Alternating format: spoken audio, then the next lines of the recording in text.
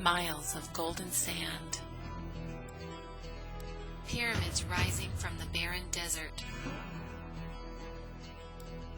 These are the images we often picture when we think of the ancient Egyptian civilization.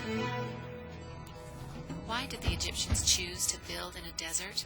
How did they survive? The answer begins with a river. The Nile River is the longest river in the world. 960 miles of it run through Egypt.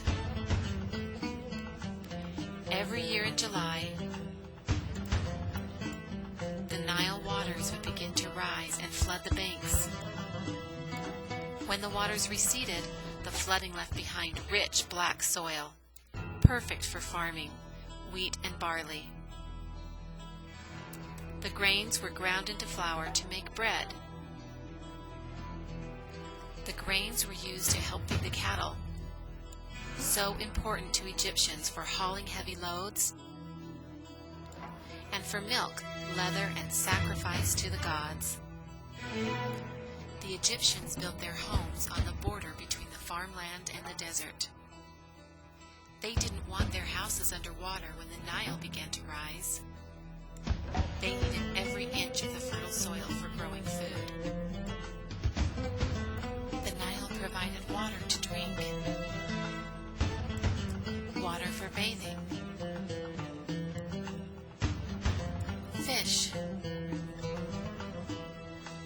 to feed their families. They harvested the papyrus from shallow marshes. They made paper and clothing. The gifts of the Nile were plentiful. The ancient Egyptians were skilled shipbuilders.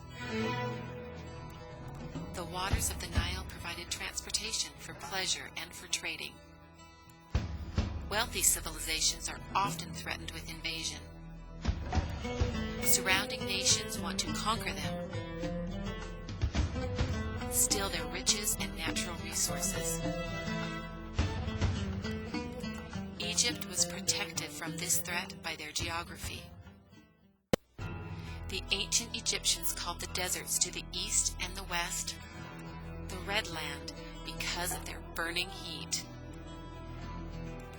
They kept outside armies away from Egypt's territory.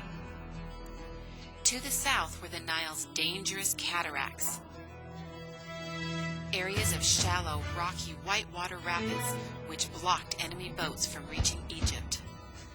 In the north, the delta marshes offered no harbors for invaders approaching from the sea.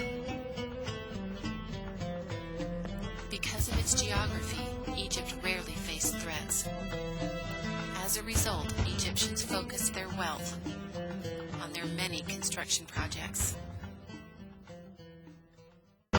Egyptian civilization was able to grow and prosper for thousands of years, leaving behind a legacy of monuments and art that give us a picture into the past.